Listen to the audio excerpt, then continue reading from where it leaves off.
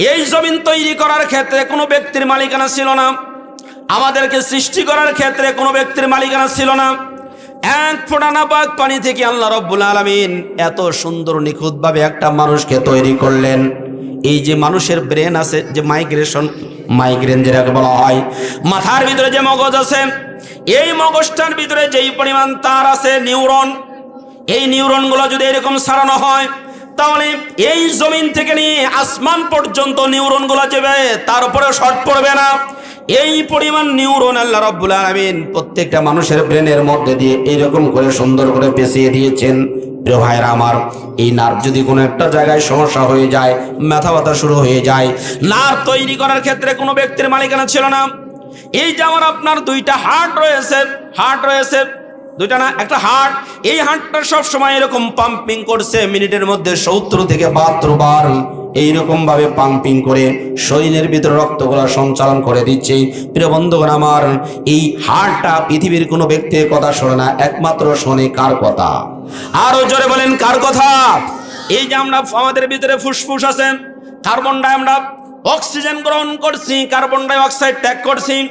এই বাতাসটা ভিতরে গিয়ে ফুসফুসের মধ্যে ফিল্টারিং হয়ে রক্তের মধ্যে প্রবাহিত হয়, ফলে রক্তগুলো গরম থাকে, সচল থাকে। এই ফুসফুস যদি নষ্ট হয়ে যেত তাহলে আমাদের শরীরটা আর চলতো না। বলেন তো, এই ফুসফুস কার আইন মানে? এর জোরে বলেন, ফুসফুস কার আইন মানে? আমাদের হার্ট কার আইন মানে? হার্ট মানে আল্লাহর আইন, ফুসফুস মানে আল্লাহর আইন।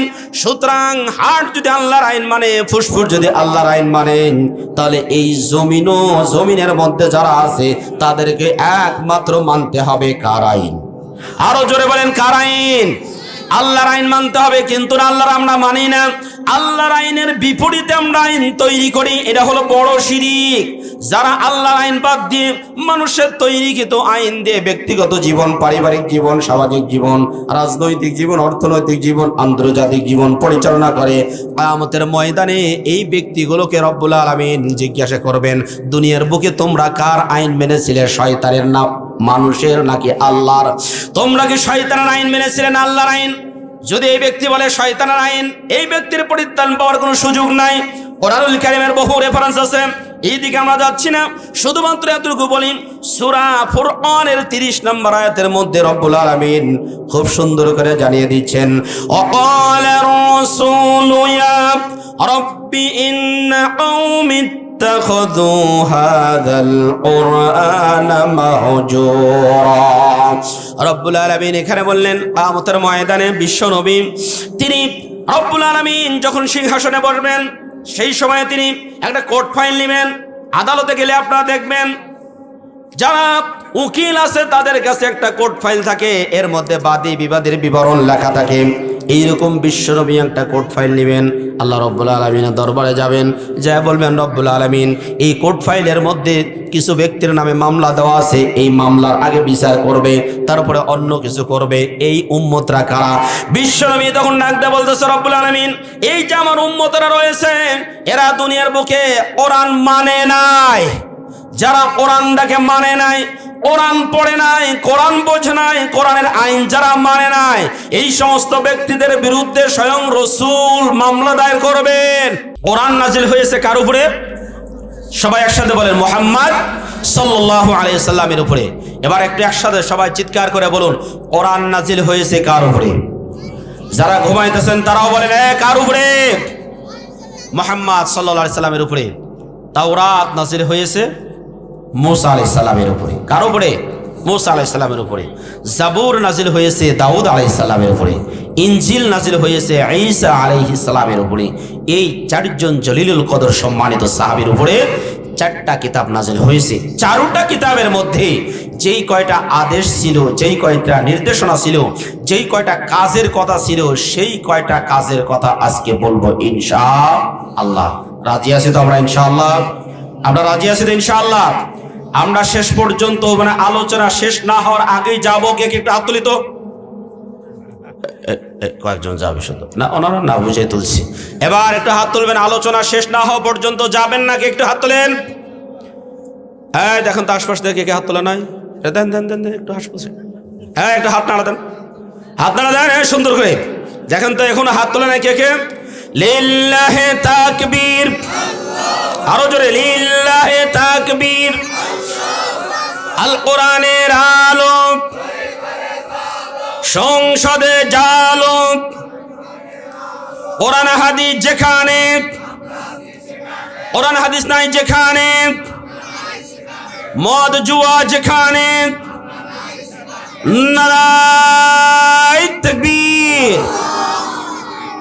কষ্ট হলো, ঘুম আসে? আলহামদুলিল্লাহ।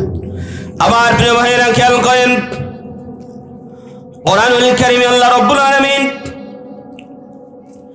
বিভিন্ন ব্যক্তি এবং বিভিন্ন প্রাণী, বিভিন্ন জিনিসের নামে সূরা নাজিল করে দিয়েছেন। আমরা যদি সহজভাবে একটু বলি, এই পৃথিবীতে স্থলভাগে সবচাইতে বড় যে প্রাণীটা, এই প্রাণীটার নাম হাতি। সবার জানা আছে, হাতির নামে আল্লাহ রাব্বুল আলামিন একটা সূরা নাজিল করে দিয়েছেন। আমরা সবাই জানি, আলাম তারা সূরা হিসেবে চিনি। এই সূরাটির নাম হলো সূরাতুল ফিল। ফিল মানে হাতি। রব্বুল আলামিন ফিল মানে হাতি, হাতির নামে একটা সূরা নাজিল করে দিয়েছেন। 2 নম্বরে রব্বুল আলামিন সবচাইতে দুর্বলতম যে প্রাণী, তার নাম মাকড়সা। এই মাকড়সার নামে আল্লাহ রাব্বুল আলামিন সূরা নাজিল করেছেন। 20 নম্বর পারার 15 নম্বর পৃষ্ঠার সূরা আনকাবুত। আনকাবুত শব্দের অর্থ মাকড়সা। এরপরে মৌমাছি নামক একটা প্রাণী আছে, এই প্রাণীর নামে আল্লাহ সূরা নাজিল করেছেন। 14 নম্বর পারা 6 নম্বর পৃষ্ঠাতে আল্লাহ রাব্বুল আলামিন মৌমাছির নামে একটা সূরা নাজিল করে দিয়েছেন। মৌমাছি শব্দের আরবি হলো নাহাল। এই নাহাল মানে নাহালের নামে একটা সূরা নাজিল করেছেন।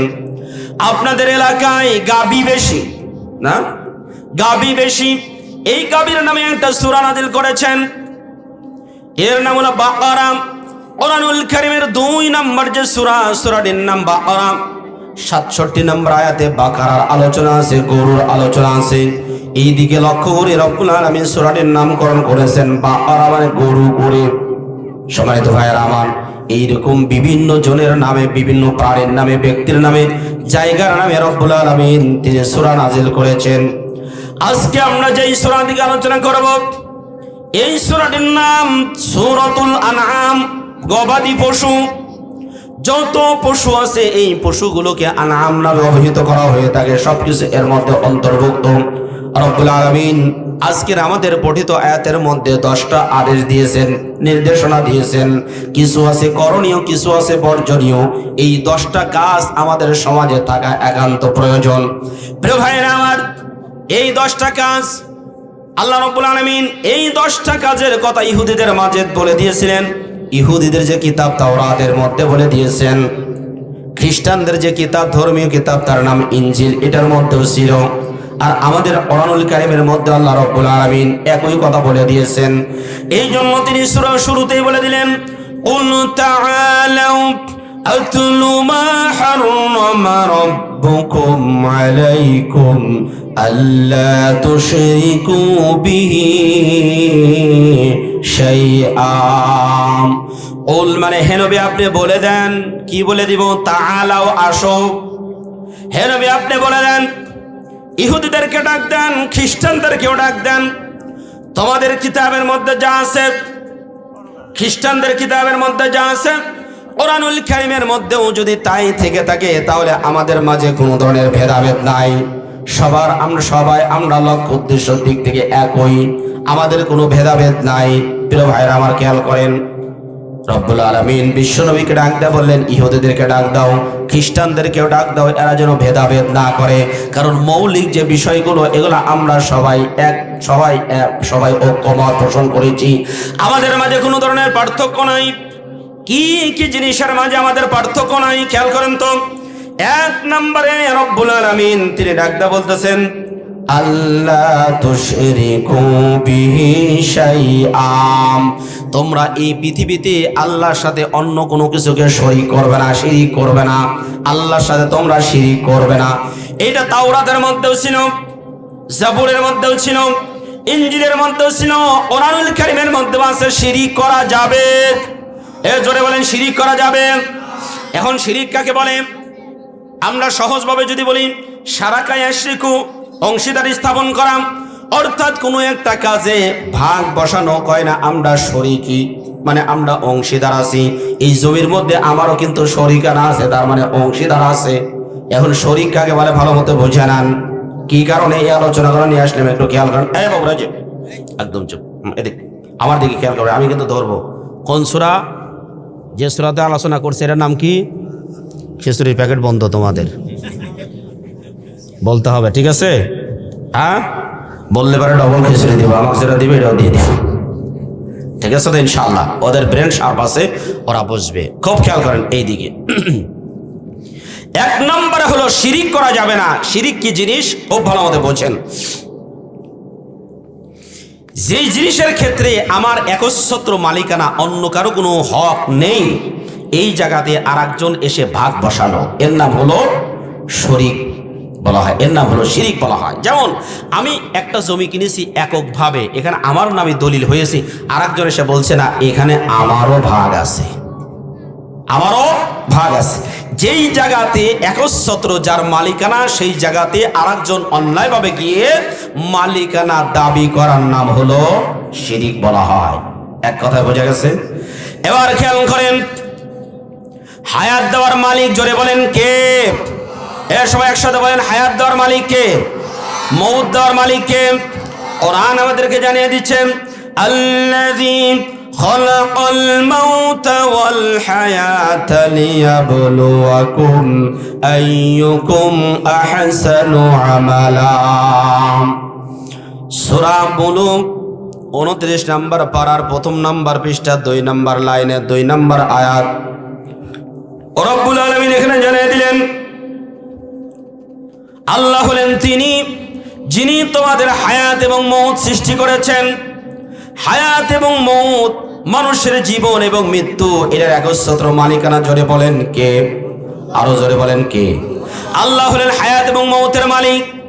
এবার যদি কোনো ব্যক্তি দাবি করে আমি মানুষকে হায়াত দিতে পারি, আমি মানুষকে মউত দিতে পারি, এই ধরনের দাবি যদি কোনো ব্যক্তি করে, তাহলে এই ব্যক্তি আল্লাহর সাথে শিরিক করলো।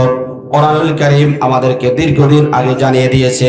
আমার প্রিয় বাবাজিরা একটু খেয়াল করেন, আমাদের এই দেশে এই যে গত মাসের 17 তারিখে যেই আদালতে, যেই কোর্টে, যেই আইনের মাধ্যমে বিগত সময়ে জামাত এবং বিএনপির অনেক শীর্ষস্থানীয় নেতাদেরকে ফাঁসি দিয়েছে, রাজাকার রাজাকার বলে ইত্যাদি ইত্যাদি বলে ফাঁসি দিয়েছে, ওই একই আইনের মাধ্যমে একই কোর্টে যেই মহিলা তাদেরকে ফাঁসি দিয়েছিল, তার নামেও আবার ফাঁসির অর্ডার হয়েছে। কথা কয় না? জোরে বলেন হয়েছে কিনা? তাহলে ওই সময় যে আল্লাহ ছিল, বর্তমানে আল্লাহ আছে না নাই? নাকি আল্লাহ দুর্বল হয়েছে? খেয়াল করেন, এবার ফাঁসির অর্ডার হয়ে যাওয়ার পরে এখান থেকে বাঁচার একটা উপায়, সেটা হলো কোর্টে উপস্থিত হয়ে যিনি আমাদের রাষ্ট্রপতি রয়েছেন, এই রাষ্ট্রপতির কাছে যদি প্রাণ ভিক্ষা চাই, আর রাষ্ট্রপতি যদি প্রাণ ভিক্ষা দেন, তাহলে একমাত্র তিনি ওই মৃত্যুদণ্ড থেকে খালাস পেয়ে যাবেন। এই মাইকের সমস্যা নাকি? আওয়াজ কমে যাচ্ছে কেন? হ্যাঁ, বুঝি নাই, অসুখ হয়েছে? আমার গলা বলতেছে তোমার মাইক সমস্যা। হ্যাঁ, ঠিক করো তাড়াতাড়ি, নাহলে কিছুক্ষণ পরে গলা বসে যাবে তো। আবার প্রিয় ভাইরা খেয়াল করেন, এবার এই কোর্টে গিয়ে যদি রাষ্ট্রপতির কাছে প্রাণ ভিক্ষা চায়, রাষ্ট্রপতি যদি প্রাণ ভিক্ষা দিয়ে দেয়, তাহলে এই বেচারার আর মৃত্যুদণ্ড হবে না, মওত আর হবে না, বেঁচে যাবে। প্রিয় ভাইরা আমার, এখান থেকে একটা শিক্ষা গ্রহণ করেন, তার মানে রাষ্ট্রপতি যদি তাকে হায়াত দিয়ে দেয়, তাহলে সে হায়াত পাবে। এবার বলেন তো, হায়াত দেওয়ার মালিক কি আল্লাহ নাকি রাষ্ট্রপতি? আরো জোরে বলেন। আল্লাহ হলেন হায়াত দেওয়ার মালিক, কিন্তু আমরা যা হায়াত চাচ্ছি রাষ্ট্রপতির কাছে। খেয়াল করেন তো, রাষ্ট্রপতির কাছে হায়াত চাওয়া মানে হলে এটা শিরিক, এটা কুফরি। রাষ্ট্রপতি কোনোদিন হায়াত দিতে পারে না। যদি রাষ্ট্রপতি হায়াত দিতে পারে, তাহলে বলেন তো, এর আগে যে রাষ্ট্রপতি যারা ছিলেন, আমাদের প্রেসিডেন্ট আব্দুল হামিদ সাহেব, ওনার আগে কে ছিলেন? জিল্লুর রহমান, তাই না? জিল্লুর রহমান ছিলেন। জিল্লুর রহমান উনি কি মারা গেছে না বেঁচে আছে? জোরে বলে না। মারা গেছে। তো রাষ্ট্রপতি যদি হায়াত দিতে পারতো, তাহলে জিল্লুর রহমান মারা গেল কেন? খুব খেয়াল করেন, আমাদের এই বাংলাদেশের আইনটা নিয়ে কোরআন রিসার্চ করতে করতে এক পর্যায়ে আমি সূরা বাকারার ভিতরে একটা আয়াত পেয়ে গেলাম, ওই জায়গাতে এই একই কাহিনী আছে। আমাদের জাতির পিতা ইব্রাহিম আলাইহিস সালাম উনি যখন নমরুদকে বললেন, এ নমরুদ, আমার আর তোমার রব হলেন আল্লাহ, সুতরাং তুমি আমাদের রব নও, আমাদের রব হলেন আল্লাহ। এখন নমরুদ বলতেছে, শোনো, আমি হলাম একমাত্র রব। ইব্রাহিম আলাইহিস সালাম বললেন, না, তুমি রব হতে পারো না, আমার রব হলেন আল্লাহ। এবার নমরুদ ডাকতে বলল, তোমার আল্লাহ কি কি করতে পারে একটু আমাকে জানাও। ইব্রাহিম আলাইহিস সালাম বললেন, আমার রব তিনি সূর্য, আমার রব তিনি হায়াত দেন এবং মওত দেন, এই দুইটা ক্ষমতা একমাত্র আল্লাহর। এবার নমরুদ ডাকতে বলে, শোনো, তোমার আল্লাহ যদি হায়াত দিতে পারে, মওত দিতে পারে, তো আমিও তাই দিতে পারি। সুবহানাল্লাহ বলেন, সুবহানাল্লাহ। নমরুদ হায়াত দিতে পারে, মওত দিতে পারে, ঠিক আছে, সুবহানাল্লাহ। জোরে বলেন নাউজুবিল্লাহ। নমরুদ হায়াতও দিতে পারে, মওতও দিতে পারে। কোরআন আমাদের কিভাবে জানিয়ে দিচ্ছে, ইয ক্বালা ইব্রাহিম রাব্বিয়াল্লাযী ইউহয়ী ওয়া ইউমীত। ইব্রাহিম আলাইহিস সালামকে ডাকতে বললেন, ইব্রাহিম স্মরণ করো সেই সময়ের কথা, নবী মুহাম্মদ স্মরণ করো সেই সময়ের কথা, যখন নমরুদ বলল, ইব্রাহিম আলাইহিস সালাম বললেন, আমার আল্লাহ তিনি যিনি আমার রব হলেন, তিনি যিনি হায়াতও দিতে পারেন, মওতও দিতে পারেন। এবার নমরুদ ডাকতে বলতেছে, ক্বালা আনা উহয়ী ওয়া উমীতু ক্বালা ইব্রাহিম। এবার নমরুদ ডাকতে বলে, আমিও মানুষকে আমিও হায়াত দিতে পারি, মওত দিতে পারি। এই কথা বলে জেলখানার মধ্যে দুইজন ফাঁসির যারা আসামি, যারা মৃত্যুদণ্ডপ্রাপ্ত আসামি, এই দুইজনের মধ্য থেকে দুইজনকে ডেকে নিয়ে আসলো। জল্লাদকে ডাকতে বলে, জল্লাদ, একজনের কাল্লা দ্বিখণ্ডিত করে দে, আর একজনকে ছেড়ে দে।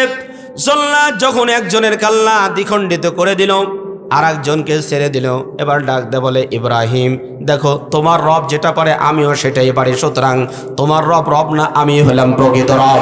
প্রিয় বন্ধুগণ আমার, ইব্রাহিম আলাইহিস সালাম এবার যুক্তি তর্ক একটুখানি পরিবর্তন করে দিয়ে বলতেছেন, শোনো, আমার রব হলেন তিনি কে, তোমার রব। ক্বালা ইব্রাহিম ফাইন্নাল্লাহা ইয়াতি বিশ-শামসি মিনাল মাশরিকি ফাআতি বিহা মিনাল মাগরিব। ইব্রাহিম আলাইহিস সালাম ডাকতে বললেন, আমার রব হলেন তিনি যিনি সূর্যটাকে পূর্ব দিক থেকে উদিত করেন, পশ্চিম দিকে ডুবিয়ে দেন, ইনি হলেন আমার রব। তুমি যদি রব হয়ে থাকো, তাহলে সূর্যটা পশ্চিম দিক থেকে উঠায়া পূর্ব দিকে ডুবায়া দাও। প্রিয় ভাইরা আমার, এই কথা বলার পরে বলেন তো, নমরুদ কি সূর্যটা পূর্ব দিক থেকে পশ্চিম দিক থেকে উঠায়া পূর্ব দিকে ডুবাইতে পারবে? এ জোরে বলেন, পারবে? কোরআন আমাদেরকে বলিয়ে দিয়েছেন, ফাবুহিতাল্লাযী কাফার, কাফেরের চালান শেষ, কাফের হতভম্ব হয়ে গেছে, আর তার কোনো যুক্তি মানতেছে, আর তার কোনো যুক্তি চলতেছে না, তার কোনো ক্ষমতা চলছে না। প্রিয় বন্ধুগণ আমার, তাদানীন্তনকালে নমরুদ বলতো, আমি মানুষকে হায়াত দিতে পারি, মওত দিতে পারি। বর্তমানে আমাদের দেশের যে রাষ্ট্রপতি মানুষকে প্রাণ ভিক্ষা দিতে পারে, আমার কোরআন হাদিস পড়ে এতটুকু আমি গবেষণা করে পেয়েছি, এরা আমার মনে হয় নমরুদের কাছ থেকে এই আইনটা ধার করে নিয়েছে। প্রিয় ভাইরা আমার, তাহলে হায়াত দেওয়ার একচ্ছত্র মালিক, জোরে বলেন কে? আল্লাহ। মওত দেওয়ার মালিক কে? আল্লাহ। হায়াত আল্লাহ দিতে পারেন, মওত আল্লাহ দিতে পারেন। এই ক্ষেত্রে মানুষকে হায়াত দেওয়া এটা মানা যাবে না। মানুষ মৃত্যু দিতে পারে এটাও বলা যাবে না, এটা বলা শিরিক। আবার আমরা অনেক সময় বলে থাকি, ছেলেটা যদি এবার চাকরি না নিত তাহলে বাঁচার কোনো উপায় ছিল না, তার মানে ছেলেটা তাকে বাঁচাইছে। আসলে কি ছেলে বাঁচাইতে পারে? জোরে বলেন, বাঁচাইতে পারেন কে? কে বাঁচাইতে পারে? আল্লাহ বাঁচাইতে পারে। আবার অনেক সময় গাড়িতে যাওয়ার সময় আমরা বলি, ড্রাইভারটা যে এত ভালো, যদি ভালো না হতো তাহলে আজকে অ্যাক্সিডেন্ট করে শেষ হয়ে যেতাম, নইলে গর্তের মধ্যে পড়ে যেতাম। ড্রাইভারটা খুব দক্ষ হওয়ার কারণে গর্তের মধ্যে পড়ে যায় নাই। আসলে কি ড্রাইভার বাঁচিয়েছে নাকি আল্লাহ? এটা চিল্লা বলেন, কে বাঁচিয়েছে? আল্লাহ বাঁচিয়েছেন। তাহলে এই সমস্ত জায়গাতে কাউকে অংশীদার স্থাপন করা যাবে না। আবার আসুন, সন্তান দেওয়ার মালিক, জোরে বলেন তো কে? সন্তান কে দিতে পারে? আল্লাহ দিতে পারেন। আচ্ছা, ছেলে সন্তান আর মেয়ে সন্তান দেওয়ার মালিক কে? চিল্লা বলেন তো কে? আল্লাহ দিতে পারে। পৃথিবীর কোনো মানুষকে কাউকে সন্তান দিতে পারে? মোটেই দিতে পারে না। কোরআনুল কারীম আমাদেরকে জানিয়ে দিচ্ছেন, يهب لمن يشاء إناثا ويهب لمن يشاء الذكور أو يزوجهم ذكرانا وإناثا ويجعل من يشاء عقيما রব্বুল আলামিন আমাদেরকে জানিয়ে দিলেন তিনি ছেলে দেন অথবা মেয়ে দেন, যাকে ইচ্ছা তাকে শুধু ছেলে দেন, যাকে ইচ্ছা তাকে শুধু মেয়ে দেন, আবার কাউকে ছেলেও দেন কাউকে মেয়েও দেন, দুইটাই দেন। প্রিয় ভাইরা আমার, একজনের 4 কন্যা হওয়ার পরে একটা মেয়ে হয়, 4 কন্যা হওয়ার পরে কি হয় কয় না, 4 কন্যা হওয়ার পরে 1 মেয়ে হয়, আবার কারো 6 ছেলের পরে 1 গাদা হয়। এই সব কিছু দেওয়ার মালিক কে? এর চিল্লা বলেন কে? পৃথিবীর কোনো ব্যক্তি কাউকে এগুলো দিতে পারে না, তাহলে একমাত্র আল্লাহই সবকিছু করতে পারেন।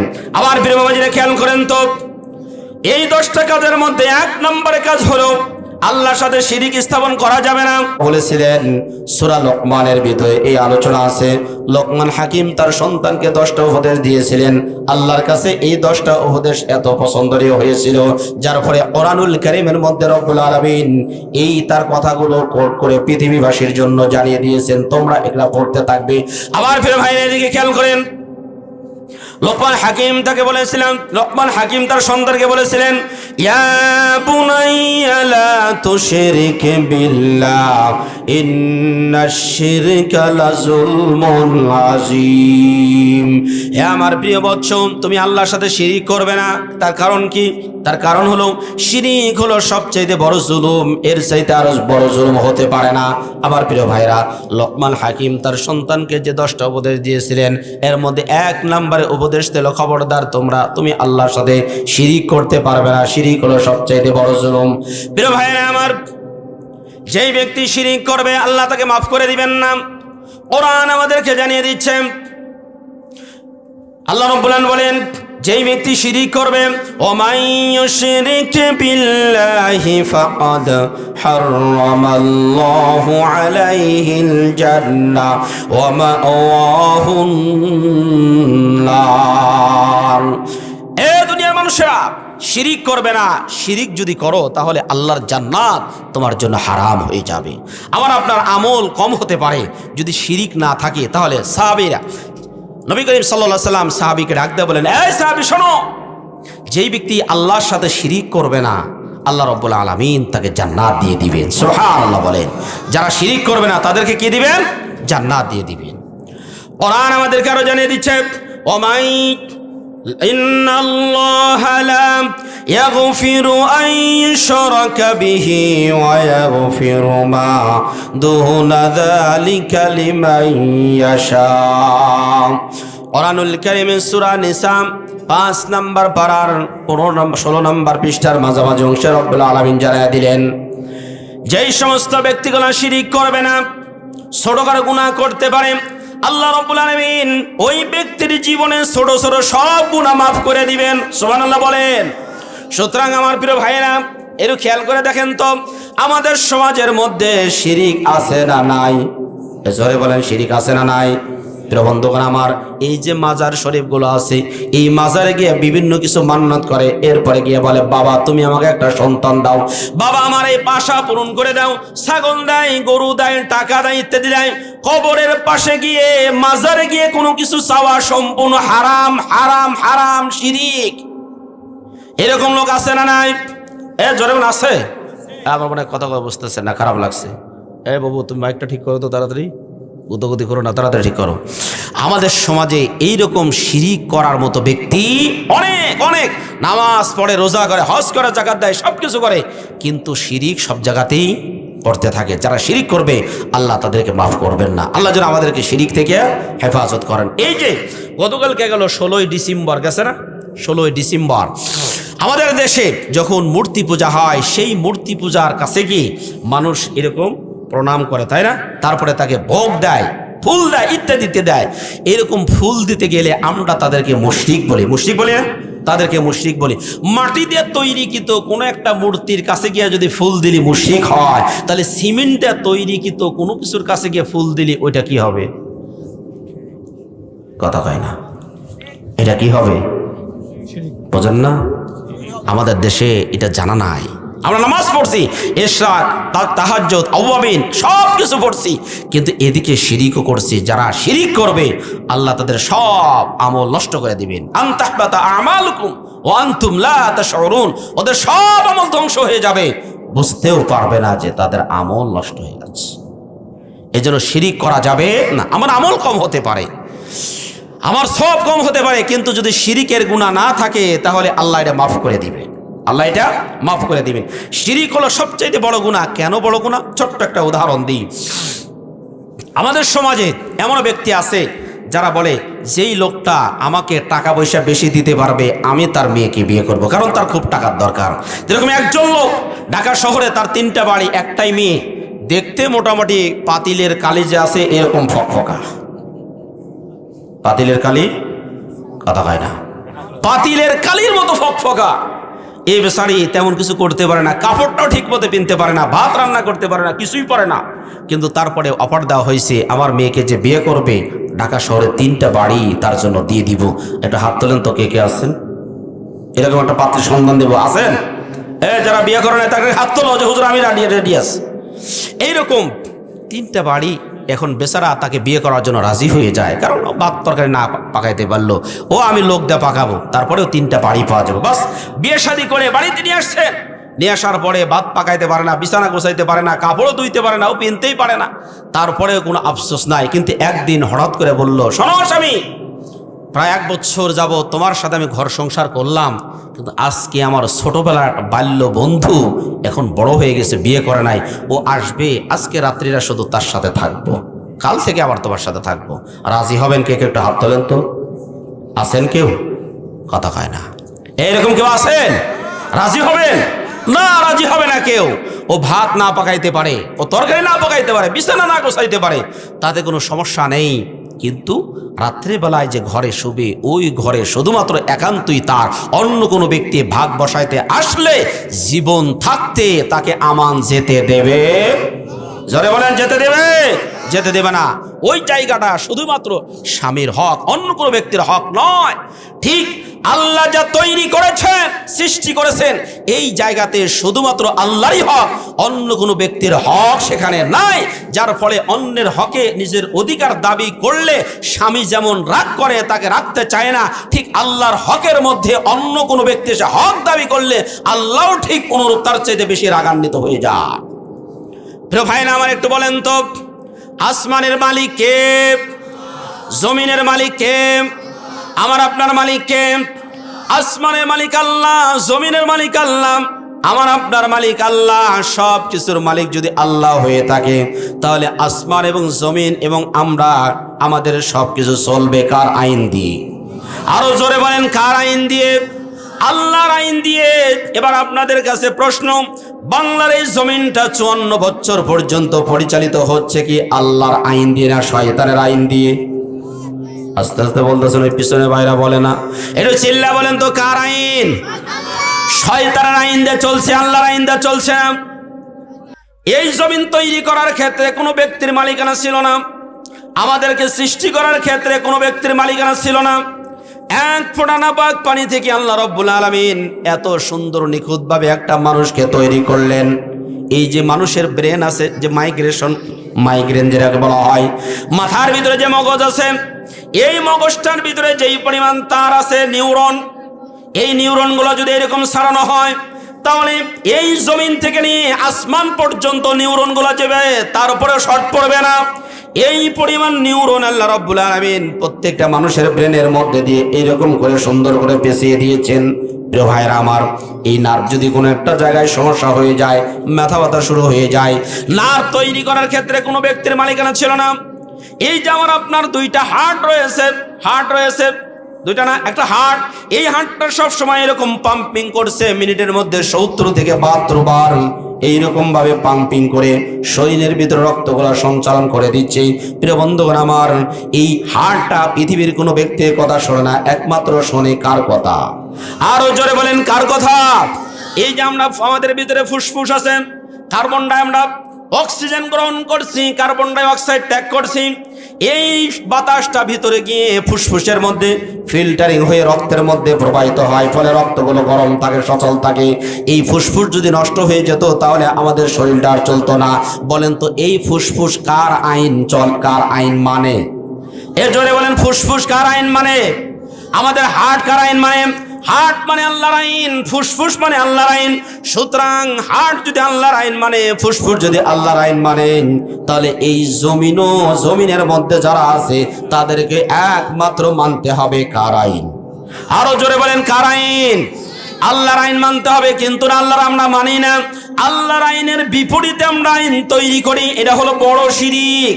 যারা আল্লাহর আইন বাদ দিয়ে মানুষের তৈরিকৃত আইন দিয়ে ব্যক্তিগত জীবন, পারিবারিক জীবন, সামাজিক জীবন, রাজনৈতিক জীবন, অর্থনৈতিক জীবন, আন্তর্জাতিক জীবন পরিচালনা করে, কিয়ামতের ময়দানে এই ব্যক্তিগুলোকে রব্বুল আলামিন জিজ্ঞাসা করবেন, দুনিয়ার বুকে তোমরা কার আইন মেনেছিলে? শয়তানের না মানুষের নাকি আল্লাহর?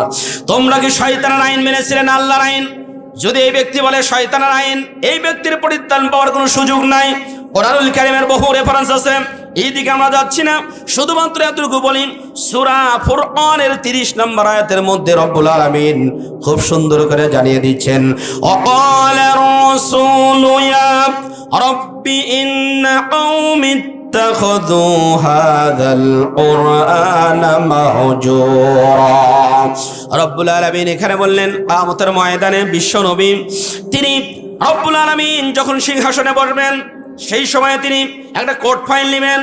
আদালতে গেলে আপনারা দেখবেন যারা উকিল আছে তাদের কাছে একটা কোর্ট ফাইল থাকে, এর মধ্যে বাদী বিবাদের বিবরণ লেখা থাকে। এইরকম বিশ্বনবী একটা কোর্ট ফাইল নেবেন, আল্লাহ রব্বুল আলামিনের দরবারে যাবেন, যা বলবেন, রব্বুল আলামিন এই কোর্ট ফাইলের মধ্যে কিছু ব্যক্তির নামে মামলা দেওয়া আছে, এই মামলার আগে বিচার করবে, তারপরে অন্য কিছু করবে। এই উম্মতরা কারা? বিশ্বনবী তখন ডাকতে বলতেছে, রব্বুল আলামিন এই যে আমার উম্মতরা রয়েছে, এরা দুনিয়ার বুকে কোরআন মানে নাই। যারা কোরআনটাকে মানে নাই, কোরআন পড়ে নাই, কোরআন বোঝে নাই, কোরআনের আইন যারা মানে নাই, এই সমস্ত ব্যক্তিদের বিরুদ্ধে স্বয়ং রাসূল মামলা দায়ের করবেন। এবার বলেন তো, বিশ্বনবী যদি আমার আপনার বিরুদ্ধে মামলা দায়ের করে, এবার এই মামলা থেকে কি আমাদের বাঁচার কোনো উপায় আছে? জোরে বলেন, বাঁচতে পারবেন? আমরা কেউ বাঁচতে পারবো না। তাহলে উপায়টা কি? উপায়টা হলো কোরআন নিজে পড়তে হবে, বুঝতে হবে, কোরআন অনুযায়ী জীবন পরিচালনা করতে হবে, সমাজ পরিচালনা করতে হবে। যদি এটা আমরা করতে পারি তাহলে এই প্রশ্নের সম্মুখীন থেকে বাঁচবো। প্রিয় ভাইরা আমার, মানুষ যেই সমস্ত আইনগুলো নিজেদের পক্ষ থেকে আল্লাহর আইনের বিরুদ্ধে আইন তৈরি করে, এটা হলো বড় শিরক। কোরআনুল কারীমের অনেক রেফারেন্স আছে, সামনের দিকে আমরা যাই। এই 10টা কাজের মধ্যে 2 নম্বর কাজের ব্যাপারে আল্লাহ রাব্বুল আলামিন বলেন, ওয়াবিল ওয়ালিদাইনি ইহসানা। রব্বুল আলামিন তিনি জানায়া দিলেন, এ দুনিয়ার মানুষেরা এদিকে আসো। 10টা কাজের মধ্যে 1 নম্বর গেল শিরিক করা যাবে না। 2 নম্বর হচ্ছে পিতামাতার সাথে সুন্দর আচরণ করতে হবে, ভালো ব্যবহার করতে হবে। প্রিয় ভাইরা আমার, কোরআনুল কারীম আমি যতটুকু রিসার্চ করে পেয়েছি, 6টি জায়গাতে আল্লাহ পিতা মাতার সাথে ভালো আচরণ করার জন্য বলেছেন। এই 6টা জায়গাতে ডাইরেক্টলি বলেছেন, ডিরেক্টলি বলেছেন। আল্লাহর ইবাদতের কথা, আল্লাহর ইবাদতের কথার পরে পিতা মাতার সাথে সদাচরণ করার কথা বলেছেন। আমরা যদি এক এক করে বলি, কোরআনুল কারীম আমাদেরকে এক এক করে জানিয়ে দিবেন। আল্লাহ রাব্বুল আলামিন বললেন, وَإِذْ أَخَذْنَا مِيثَاقَ بَنِي إِسْرَائِيلَ لَا تَعْبُدُونَ إِلَّا اللَّهَ وَبِالْوَالِدَيْنِ إِحْسَانًا। কোরআনুল কারীম সূরা বাকারা 10 নম্বর রুকু, 1 নম্বর পারা, 13 নম্বর 11 নম্বর পৃষ্ঠা, সূরা বাকারার 84 নম্বর আয়াত। রব্বুল আলামিন আমাদেরকে এখানে জানিয়ে দিচ্ছেন, একমাত্র ইবাদত করবে আল্লাহর, পৃথিবীর কোনো মানুষের দাসত্ব গোলামি করা যাবে না। 2 নম্বরে হলো ওয়াবিল ওয়ালিদাইনি ইহসানা, পিতামাতার সাথে সুন্দর আচরণ করতে হবে। আবার প্রিয় বাবাজিরা, আপনাদের কাছে একটু জানতে চাই, এই জায়গাতে আমরা যারা বসে আছি, পিতামাতা যে কোনো একজন বেঁচে আছে কার কার? একটু হাত তোলেন তো। পিতা অথবা মাতা, মা অথবা বাবা বেঁচে আছে কার কার? এটা হাত তোলেন তো, এটা হাত তোলেন, হাত তোলেন। আলহামদুলিল্লাহ, অনেকের পিতা মাতা এখানে আছে। একজন মা অথবা বাবা, হাত নামেন না, হাত নামেন, হাত তোলেন, হাত তোলেন। পিতা অথবা মাতা, মা অথবা বাবা যে কোনো একজন বেঁচে আছে, এরকম সঙ্গে আলহামদুলিল্লাহ অনেকের আছে। প্রিয় ভাইরা আমার, একটা মেসেজ, খুবই ক্লিয়ার মেসেজ এখান থেকে নেবেন। জরিনা বিবির কিচ্ছা ধরলে ভালো শোনা যেত, সবাই মজা করে শুনতেন, কিন্তু সকালবেলা গিয়ে আমাদের বাস্তব জীবনের তেমন কোনো পরিবর্তন হতো না। একটু এদিকে সবাই খেয়াল করেন, যাদের পিতামাতা জীবিত আছে তাদের ব্যাপারে আল্লাহ রাব্বুল আলামিন ডাইরেক্ট নির্দেশনা দিচ্ছেন, পিতামাতার সাথে ভালো আচরণ করতে হবে, সুন্দর আচরণ করতে হবে। কেন সুন্দর আচরণ করতে হবে? কোরআন কয়েকটি জায়গায় যুক্তি দিয়েছে, বিশেষ করে কোন সময় ভালো আচরণ করতে হবে এ ব্যাপারেও আমাদেরকে জানিয়ে দিয়েছেন। এর খেয়াল করেন তো, সূরা বনী ইসরাঈলের 24 নম্বর আয়াত থেকে, মেরাজের রজনীতে বিশ্বনবী যখন আল্লাহর সাথে সাক্ষাৎ করতে গেলেন, এই সময় তিনি দুনিয়ার বুকে সুন্দর সমাজ বিনির্মাণ করার জন্য 14 দফা কর্মসূচি নিয়ে এসেছিলেন। এই 14 দফা কর্মসূচির মধ্যে 2 নম্বর কর্মসূচি যেটা ছিল, সেদিকে একটু খেয়াল করেন। আল্লাহ রাব্বুল আলামিন জানিয়ে দিলেন, وَقَضَى رَبُّكَ أَلَّا تَعْبُدُوا إِلَّا إِيَّاهُ وَبِالْوَالِدَيْنِ إِحْسَانًا। রব্বুল আলামিন তোমাদের রব তোমাদেরকে নির্দেশনা দিলেন, কদা মানে সিদ্ধান্ত দিয়ে দিলেন, আল্লাহ তা'বুদু ইল্লা ইয়্যাহ, একমাত্র ইবাদত করতে হবে। চিল্লা বলেন কার? আরো জোরে বলেন, সবাই বলেন কার? একমাত্র ইবাদত করতে হবে আল্লাহর। পৃথিবীর কোনো ব্যক্তির দাসত্ব করা যাবে না, গোলামি করা যাবে না, কোনো ব্যক্তির পায়ের কাছে, কোনো ব্যক্তির মাজারে গিয়ে সিজদা দেওয়া যাবে না। আপনারা যারা হজ করতে গেছেন, হাজী সাহেব, এই হাজী সাহেবরা দেখেছেন বিশ্বনবীর দরবারে বিশ্বনবীর যে মাজার আছে, মাকবার আছে, এই জায়গাতে গিয়ে কোনো ব্যক্তি হাত তুলে দোয়া করতে পারে না। ওই জায়গাতে যে পুলিশ আছে লাঠি নিয়ে দাঁড়িয়ে থাকে, কেউ যদি হাত তুলে দোয়া করে তিনি ডাক দিয়ে বলেন, ইয়া হাজি লা তাসআল আনিন ইলান নবী বাল তাসআলিল্লাহ, হে হাজি সাহেব, তুমি মরা মানুষের কাছে, নবীর কাছে কোনো কিছু চেও না, বরং তোমার যা কিছু চাওয়া প্রয়োজন তুমি আল্লাহর কাছে চাও। তুমি নবীর কাছে কিছু চেও না, বরং নবী কিছু দিতে পারবে না। একমাত্র যিনি দিতে পারবেন তার নাম কি? আরো জোরে বলেন, আরো জোরে বলেন, তার নাম কি? দীর্ঘদিন পর্যন্ত সন্তান হয় না, অথবা 6 মেয়ের পরে 1 কন্যা সন্তান, এবার ছেলে সন্তান চাচ্ছেন, হয় না। রাত্রেবেলায় তাহাজ্জুদের নামাজ পড়ে 2 হাত তুলে রব্বুল আলামিনের কাছে যদি 2 চোখের পানি ফেলে দিয়ে আল্লাহর কাছে রোনাজারি করেন, কান্নাকাটি করেন। পৃথিবীর মানুষ ঘুমায়, কিন্তু আল্লাহ রব্বুল আলামিন ঘুমান না। আমরা প্রত্যেক ফরজ নামাজের পরে একটা আয়াতে কারিমা আমরা পড়ি, আল্লাহু, সবাই পড়েন, আল্লাহু লা ইলাহা ইল্লা হুয়াল হাইয়ুল কাইয়্যুম লা তা'খুযুহু সিনাতুন ওয়ালা নাওম। আল্লাহ হলেন তিনি, আল্লাহর পরিচয় দিতে গিয়ে বলতেছেন, আল্লাহ হলেন তিনি যিনি হায় মানে চিরঞ্জীব, আল কাইয়্যুম চিরস্থায়ী। আল্লাহর কোনোদিন মৃত্যু হবে না। পৃথিবীর সব কিছুর মৃত্যু হবে, কিন্তু আল্লাহ রাব্বুল আলামিনের কোনো মৃত্যু হবে না। পৃথিবীর সবারই তন্দ্রা ধরে, ঘুম আসে, কিন্তু আল্লাহর তন্দ্রাও ধরে না, ঘুমও আসে না, ঝিমুনিও আসে না। এই যে এখানে আমাদের অনেকে আছে এখনো মুরাকাবায় আছে না নাই? দেখেন তো কে কে মুরাকাবা করছে, একটু তাকায় দেখেন, আছে? হ্যাঁ, যারা মুরাকাবায় আছে তাদেরকে একটু জাগিয়ে দেন। তাহলে আল্লাহ হলেন তিনি যার ঘুম ধরে না, তন্দ্রাও ধরে না, যিনি চিরঞ্জীব, চিরস্থায়ী, যাকে ডাক দেওয়া মাত্র তিনি সাড়া দেন। ইজিবু দাওয়াতাদ দাঈ ইলা ইজা দাআনি ফালইস্তাজিবু লি ওয়া লিউমিনু বি লাআল্লাহুম ইয়ারশুদুন। যখন কেউ আল্লাহকে ডাকে তখন সাথে সাথে তিনি তার ডাকে সাড়া দেন। আবার প্রিয় ভাইরা খেয়াল করেন, পৃথিবীর কোনো মানুষের কাছে কিছু চাওয়া যাবে না, একমাত্র চাইতে হবে রব্বুল আলামিনের কাছে। তাহলে 1 নম্বরে আল্লাহর ইবাদত করতে হবে। এরপরেই হলো বাবা মার সাথে সুন্দর আচরণ করতে হবে।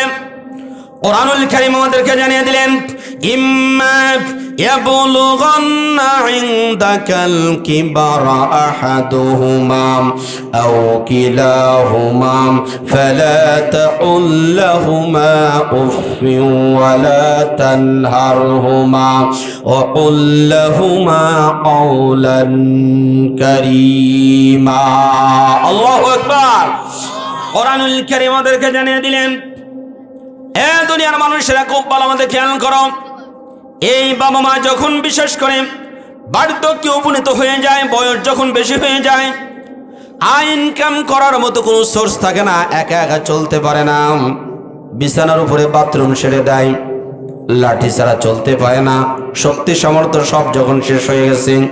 এক সময় বীর পালোয়ান ছিল, বাহাদুর ছিল, যাকে দেখে 6 গ্রামের মানুষ পর্যন্ত থরথর করে কাঁপত।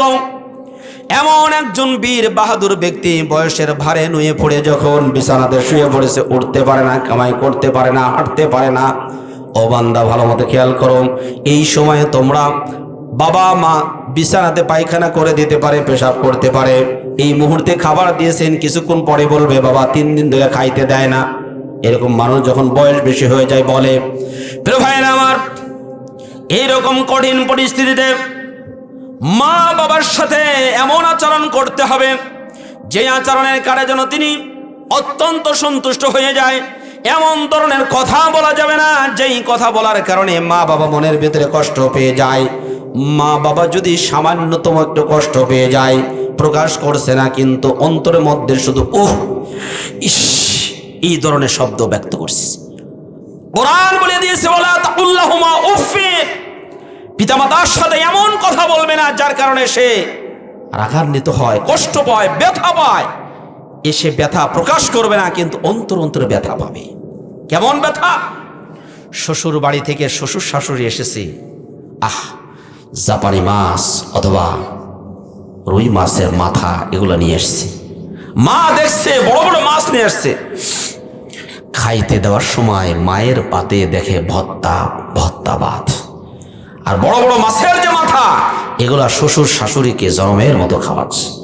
মা ওই ছোট্ট কুড়ে ঘরের মধ্যে বসে আছে, মা ভাতের প্লেটটা সামনে নিয়ে 2 চোখের পানি অঝর ঝরনায় ছেড়ে দিয়ে কাঁদে, কিছু বলে না। মনে রাখবে, আপনিও যখন বুড়ো হয়ে যাবেন, আপনার মা তো 2-4টা ভাত পেয়েছে, আপনার ওরে আপনার সন্তান ছাই দিবে ছাই। ভাই আমার সোনালী অক্ষরে লিখে রাখেন, কয়েকটা কাজের শাস্তি আল্লাহ দুনিয়াতে দিয়ে থাকেন। এর মধ্যে একটি হচ্ছে পিতামাতার সাথে যারা খারাপ আচরণ করে, এদের শাস্তি আল্লাহ দুনিয়াতে দিয়ে দেয়।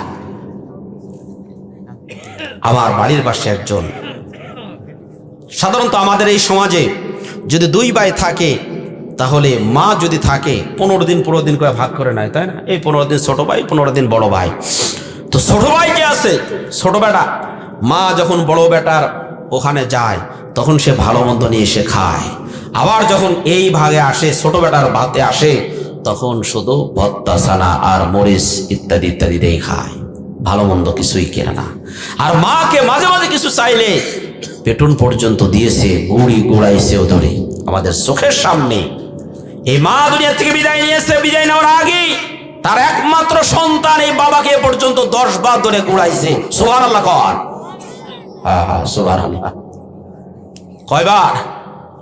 এখনো মরে শেষ হয় নাই, এখন বেটার সামনে কিছুই বলতে পারে নাই। ওয়েট এন্ড সি, ধৈর্য ধারণ করুন, দেখুন আপনার কপালে কি জোটে। প্রিয় ভাইরা আমার, খেয়াল করেন তো, এই মা বাবা রাত্রেবেলায় শুয়ে থাকে, পাতলা একটা কম্বল দেয়, অথচ সন্তান বিদেশ থেকে দামি যেই কম্বল জাজিম আছে সেই জাজিমের মধ্যে শুয়ে থাকে। পিতামাতাকে ভালো কিছু দেয় না, ভালো কিছু নিয়ে এসে নিজেরাই খায় কিন্তু পিতামাতাকে দেয় না, ভালো মতো সেবা যত্ন করে না, পিতামাতাকে কষ্ট দেয়, ভালো থাকার ব্যবস্থা করে না, পিতামাতার মনের মধ্যে যেই চাহিদা সেই চাহিদাগুলো পূরণ করে না।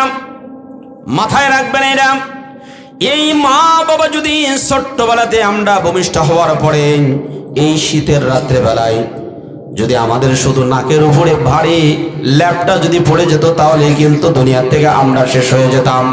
কিন্তু মা জননী সারাটা রাত্রি ভর তিনি কষ্ট করেছেন, হাতটা বাহিরে দিয়ে রেখেছেন যেন সন্তানের সন্তানের নাকের উপরে এই কম্বলটা, ভারী বালিশটা বা কম্বলটা না পড়ে।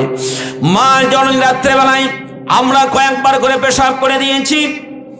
মা জননী 5 থেকে 6 বার তার ঘুম ভেঙে গেছে। সন্তান যেন পেশাবের মধ্যে থেকে ঠান্ডা না লেগে যায়, কষ্ট যেন না পায়, এই জন্য কিছুক্ষণ পর পরে তিনি দেখতেন যে বিছানাটা ভিজিয়ে ফেলছে কিনা। প্রিয় ভাইয়ের আমার, রাত্রেবেলায় তিনি কষ্ট করেছেন। আবার শুধু তাই না, রাত্রেবেলায় কয়েকবার দুধ পান করিয়েছেন। বিজ্ঞানীরা এই কথা প্রমাণ করে দিয়েছে, একজন সন্তান 2 থেকে 2.5 বছরের মধ্যে একজন মার বুক থেকে প্রায় 37 মণ দুধ পান করে থাকে। কয় মণ? 37 মণ মায়ের বুক থেকে দুধ পান করে থাকে। তার এই রক্ত পানি করা দুধ, এই দুধগুলো আমরা খেয়ে খেয়ে মানুষ হয়েছি। ভালো মতো খেয়াল করেন তো, একজন মা হালকা পাতলাম, একে যদি আমরা দাঁড়ি পাল্লা দিয়ে মাপি 37 কেজি ওজন হবে না, অথচ সেই মায়ের স্তন থেকে একজন সন্তান 37 মণ দুধ পান করেছে। প্রিয় ভাইয়েরা আমার, কোরআনুল কারীম আমাদেরকে জানিয়ে দিচ্ছে, ওয়াসাইনাল ইনসানা বিওয়ালিদাইহি হামালাতুহু উম্মুহু কুরহান ওয়া ওয়াদাআতুহু কুরহান ওয়া হামলুহু ওয়া ফিসালুহু। রব্বুল আলামিন সূরা আহকাফ 26 নম্বর পারা 2 নম্বর পৃষ্ঠা সূরা আহকাফের 15 নম্বর আয়াতে জানিয়ে দিলেন, তোমাদের এই মা তোমাদেরকে ভূমিষ্ঠ করা পর্যন্ত স্টেপ বাই স্টেপ কষ্ট সহ্য করেছে। সন্তান যখন পেটের মধ্যে এসে যায়, দেখবেন যে এই সমস্ত সন্তানগুলো বেশি দেরি হয়, এই সমস্ত মায়েরা সবচাইতে বেশি বমি করে। এটা একটা লক্ষণ, যে সন্তানগুলো বেশি চালাক চতুর হয়, মেধাবী হয়, এই মায়েরা সবচাইতে বেশি বমি করে। সন্তান যখন পেটের মধ্যে আসে খাইতে পারে না, 2 দিন 3 দিন যায় তেমন কিছুই খাইতে পারে না। আস্তে আস্তে করে যখন বড় হয়, যখন 4 মাস চলে যায়, আল্লাহ রাব্বুল আলামিন সন্তানের মধ্যে রূহ দিয়ে দেন, খাঁচা তৈরি হয়ে যায়। এই আলোচনাগুলো আপনাদেরকে বলছি, আজকে করে শেষ করতে পারবো না। আপনারা অনুগ্রহ করে সূরাতুল মুমিনুন 18 নম্বর পারার 1 নম্বর পৃষ্ঠার শেষের দিকে আছে, আরো পড়বেন আপনারা। সূরা আম্বিয়ার মধ্যে রব্বুল আলামিন সৃষ্টির রহস্য সম্পর্কে বর্ণনা করে দিয়েছেন, কেমনে কখন কিভাবে তিনি সৃষ্টি করলেন, সব দেওয়া আছে ওর ভিতরে। এই সন্তানের ভিতরে রূহ যখন এসে গেল, রূহ আসার পরে আস্তে আস্তে করে মায়ের পেটের মধ্যে লড়াচড়া করে।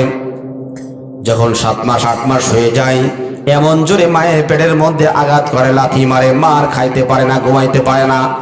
দেখবেন মায়েদের যখন 8 মাস 9 মাস হয়ে যায়, রাত্রেবেলায় হঠাৎ করে উঠে উঠে মায়েরা তারা ঘুরতে থাকে। আপনার আমার স্ত্রী ঘুরতে থাকে। ডাক দিলাম স্ত্রীকে, কি হয়েছে? স্ত্রী ডাকতে বলতেছেন, তোমার নবাগত সন্তান আমার পেটের মধ্যে এমন গোতা দিয়েছে, আবার সারা শরীরটা ঘেমে গেছে, আমি আর ঘুমাইতে পারছি না। প্রিয় ভাইরা আমার, আমরা সাধারণত কোনো বাড়িতে দাওয়াত খেতে গেলে খাবার যদি একটু বেশি হয়ে যায় তাহলে অস্থির হয়ে যায়, আর লড়াচড়া ঠিক মতো করতে পারি না।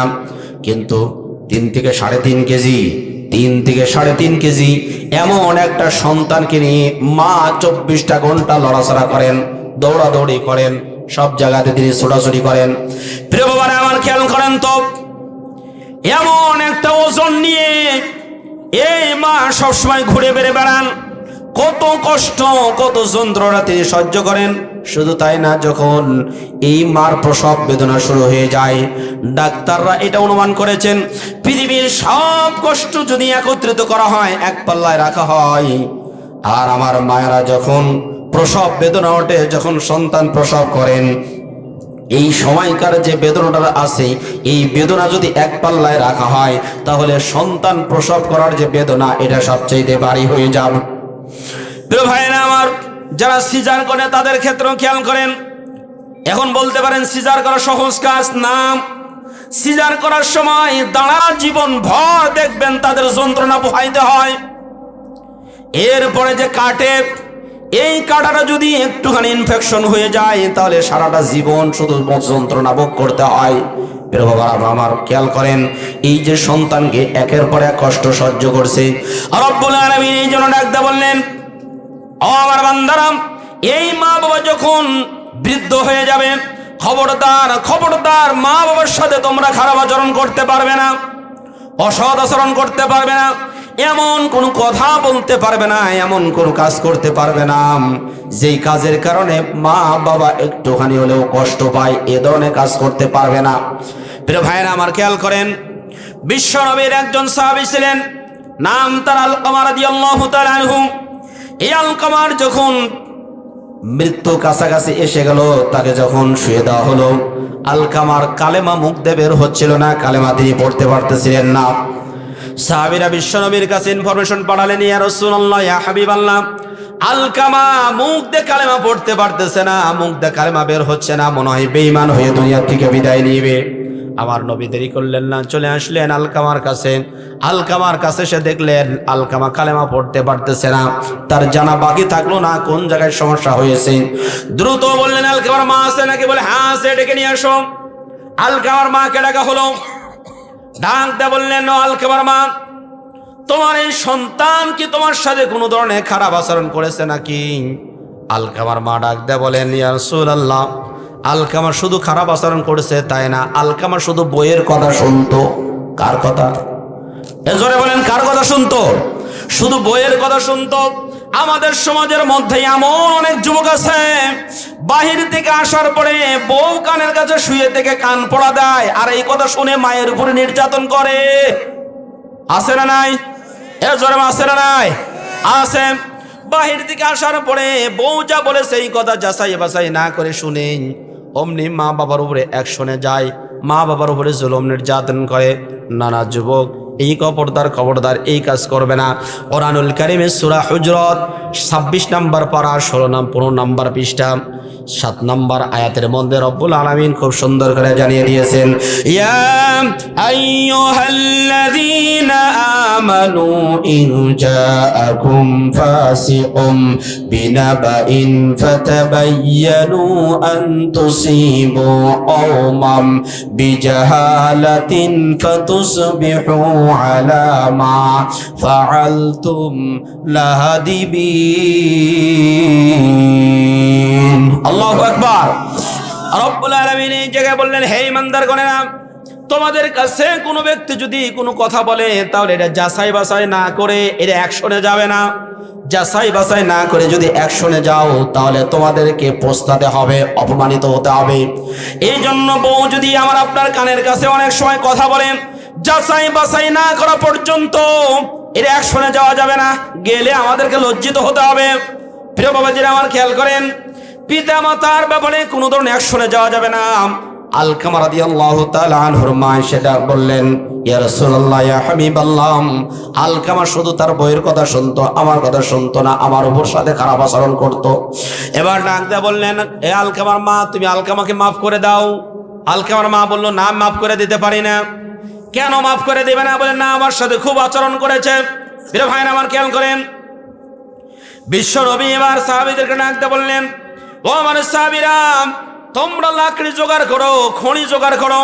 খড়ি জোগাড় করার পরে এই খড়িতে আগুন ধরায় দিলেন। এবার সাহাবীদেরকে বললেন, ও আমার সাহাবীরা, আলকামাকে এবার নিয়ে ওই খড়ি যেখানে আগুন জ্বলতেছে তার মধ্যে ফেলে দাও। যখন সাহাবীরা নিয়ে যাচ্ছেন, আলকামার মা দৌড় ফিরে চলে আসলেন। ডাক দিয়ে বলেন, ইয়া রাসূলুল্লাহ, ইয়া হাবিবাল্লাহ, আপনার পায়ে পড়ি, হাতে ধরি, খবরদার আমার সন্তানকে আগুনের মধ্যে ফেলবেন না। বিশ্বনবী তখন ডাক দিয়ে বললেন, আলকামার মা, তুমি যদি মাফ না করে দাও তাহলে আলকামাকে আল্লাহ রাব্বুল আলামিন এর চাইতেও কঠিন আগুনের মধ্যে পোড়াইতে থাকবে। আলকামার মা তখন সাথে সাথে বললেন, ইয়া রাসূলুল্লাহ, আমি আমার সন্তানকে মাফ করে দিলাম। যেই মুহূর্তে আলকামার মা আলকামাকে মাফ করে দিয়েছেন, সঙ্গে সঙ্গে আলকামার মুখ দিয়ে কালেমা সবসময় বের হওয়া শুরু করে দিল। সুবহানাল্লাহ। সবাই একটু জিকির করেন, লা ইলাহা ইল্লাল্লাহ, জোরে লা ইলাহা ইল্লাল্লাহ, লা ইলাহা ইল্লাল্লাহু মুহাম্মাদুর রাসূলুল্লাহ সাল্লাল্লাহু আলাইহি ওয়াসাল্লাম। আমার প্রিয় মুমিনরা, খেয়াল করেন তো, হযরত আবু হুরায়রা রাদিয়াল্লাহু তাআলা আনহু থেকে বর্ণিত হাদিস মুসলিম শরীফের মধ্যে এসেছে, বাবুল বিররি ওয়াল ইহসান, সুন্দর আচরণ, বাবুল বিররিল ওয়ালিদাইন, পিতামাতার সাথে সদাচরণ করা একটা অধ্যায় আছে।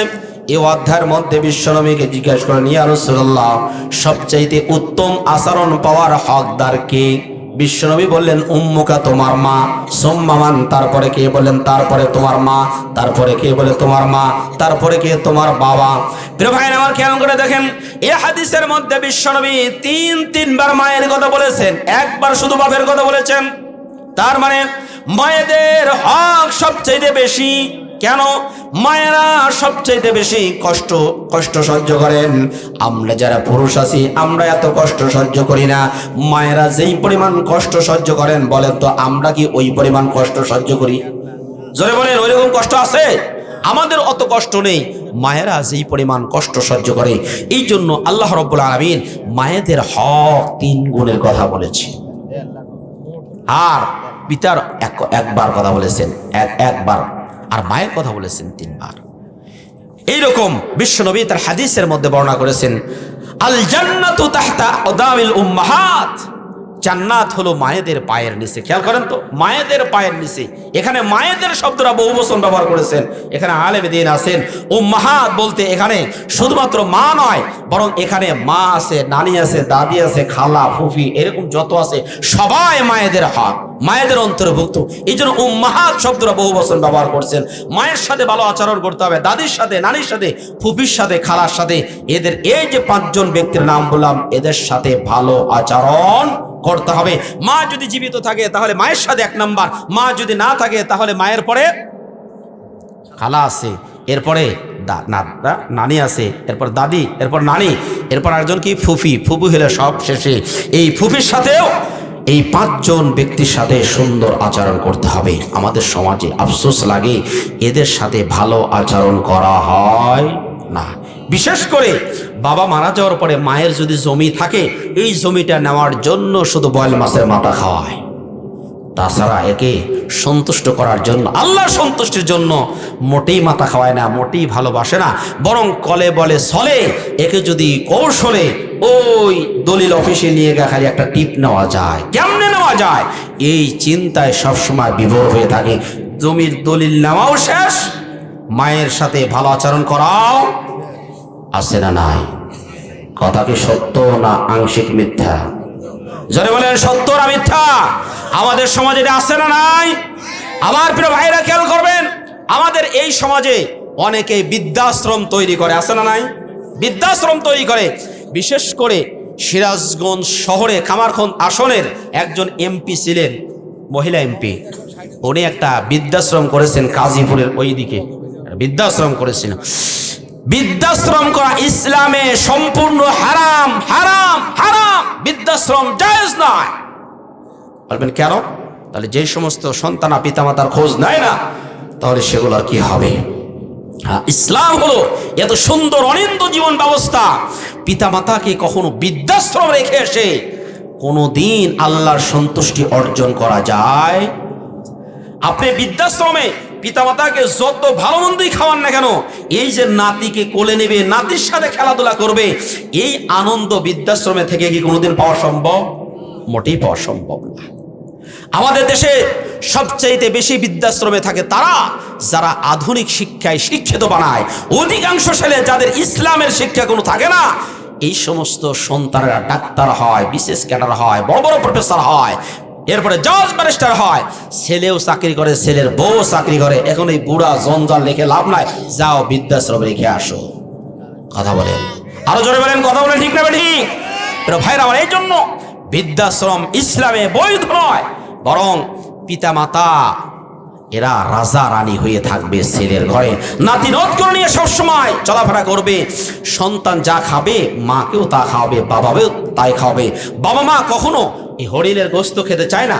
সন্তানের যতটুকু সামর্থ্য আছে ততটুকুই খাওয়াইলে বাবা মা যথেষ্ট, বাবা মা সন্তুষ্ট হয়ে যাবে।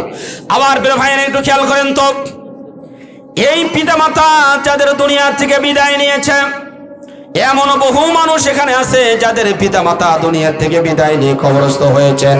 আহারে, পিতামাতা যদি দুনিয়ার বুকে জীবিত থাকতেন তাহলে তাদের পিছনে খরচ হতো কিনা? জোরে বলেন, খরচ হতো কিনা? পিতামাতা যদি জীবিত থাকতেন, খাওয়া পড়া ইত্যাদির ক্ষেত্রে, ডাক্তারকে দেওয়ার ক্ষেত্রে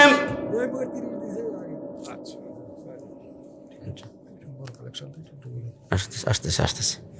আমি একাই কথা বলি তাহলে সুন্দর হবে, সবাই কথা বললে এলোমেলো হয়ে যায় আসলে, ঠিক না? একাই কথা বললে আমরা শুরু করে দেবো ইনশাল্লাহ। আসতেছি আর কি ওদিকে, একটু খেয়াল করেন। পিতামাতা যদি এই শীতের মধ্যে জীবিত থাকতেন তাহলে তাদের জন্য ল্যাব ও তোশক কম্বল ইত্যাদি লাগতো কিনা? পিতামাতা যদি জীবিত থাকতেন আর অসুস্থ হতেন তাহলে ডাক্তার কাছে নেওয়া লাগতো না? জোরে বলে নেওয়া লাগতো কিনা? তাদেরকে ডাক্তারের কাছে নেওয়া লাগতো। আর এই ক্ষেত্রে খরচ হতো কিনা? জোরে বলেন খরচ হতো কিনা? যাদের পিতামাতা দুনিয়া থেকে বিদায় নিয়েছে তাদের তো আর ডাক্তারের কাছে নিতে পারবেন না, আর খাওয়াইতে পারবেন না, তা এতিম হয়েছে, অসহায় হয়েছে। পৃথিবী থেকে তাদের এই ধন সম্পদ আর কবরে কিচ্ছু যাবে না। যাবে কি? ইদা মাতাল ইনসান ইনকাতা আনহু আমালুহু। একজন মানুষ যখন মারা যায় তখন সব দরজা বন্ধ হয়ে যায়, শুধুমাত্র 3টা দরজা খোলা থাকে। ওয়ালাদুন সালিহ, নেককার সন্তান যদি দুনিয়াতে থাকে, অথবা আও মাসহাফুন, অথবা কোনো ভালো কিতাব লিখেছে, কোনো ভালো একটা কিতাব লিখেছে যেটা পড়ে পড়ে মানুষ উপকৃত হবে। কিতাব মানে শুধুমাত্র যে হাদিসের কিতাব, কোরআনের কিতাব এটাই না, বরং ডাক্তারের যদি কোনো বই লিখে থাকে এখান থেকে শিখে মানুষের যদি চিকিৎসা করে, এটাও মানবতার কল্যাণের জন্য আসে। একটা ভালো রাস্তা বানানোর জন্য, একটা বিল্ডিং বানানোর জন্য একটা থিওরি দিয়ে গেল, এটাও মানবতার কল্যাণের জন্য, এটাও সদকায়ে জারিয়া। হ্যাঁ, এরকম বই লিখে গেল। আরেকটি হচ্ছে আও সাদাকাতুন জারিয়া, সদকায়ে জারিয়া। যেমন কোন একটা মাদ্রাসা তৈরি করলো, কোন একটা মসজিদ বানিয়ে দিল, রাস্তা বানিয়ে দিল, টিউবওয়েল রাস্তা দিয়ে যেই জায়গাতে মানুষ যায় টিউবওয়েল লাগিয়ে দিল, অথবা এলাকার মধ্যে একটা খাল খনন করলো, যেই খালে দিয়ে পানি আসবে মানুষ আবাদ করবে। এরকম যদি জনকল্যাণমূলক কোনো কাজ করে থাকে, এটা সদকায়ে জারিয়া বলে। এই সদকায়ে জারিয়া যতদিন থাকবে ততদিন বাবা মার কবরে এই সব